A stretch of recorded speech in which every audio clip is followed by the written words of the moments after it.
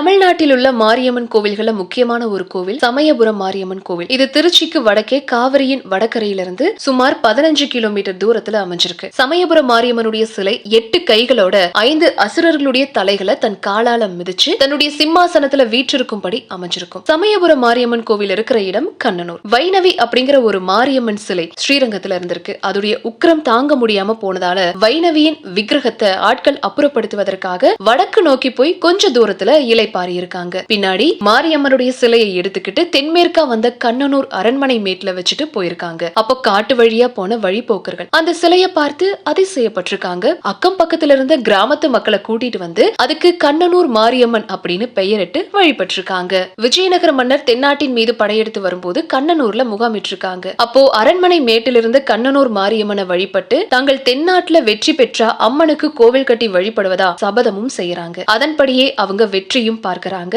அம்மனுக்கு கோவிலையும் கட்டுறாங்க. சுமார் 400 வருஷங்களுக்கு முன்னாடி தோற்றுவிக்கப்பட்ட கண்ணனூர் மாரியம்மன் கோவில் இன்னைக்கு சமயபுரம் மாரியம்மன் கோவிலா ரொம்பவும் பிரசித்தி பெற்று விளங்குது. அம்மனுடைய சிறப்பு பத்தி சொல்லணும்னா வேண்டுவோருக்கு வேண்டும் வரத்தை சமயபுரம் மாரியம்மன் கொடுப்பாங்க அப்படிங்கிறது பக்தர்களுடைய அசைக்க முடியாத நம்பிக்கை.